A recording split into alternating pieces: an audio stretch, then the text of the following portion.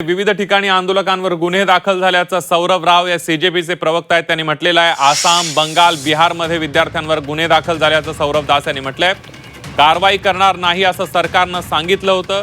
सरकारनं सांगितल्यानंतर आंदोलन स्थगित करण्यात आल्याचं दास म्हणाले।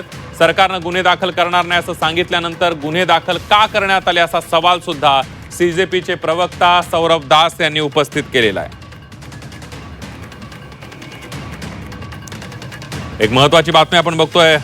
देशभरातल्या अनेक ठिकाणी आंदोलकांवर गुन्हे दाखल करण्यात आल्याचं सीजेपीचे प्रवक्ता सौरभ दास यांनी म्हटलेलं आहे। आसाम, बंगाल, बिहारमध्ये गुन्हे दाखल झाल्याचंही दास म्हणालेत। कारवाई करणार नाही असं सरकारनं सांगितलं होतं। सरकारनं सांगितल्यानंतर आंदोलन स्थगित करण्यात आलं। सरकारने गुन्हे दाखल करणार नाही असं सांगितल्यानंतर गुन्हे दाखल का करण्यात आले असा सवालही दास यांनी केलेला आहे।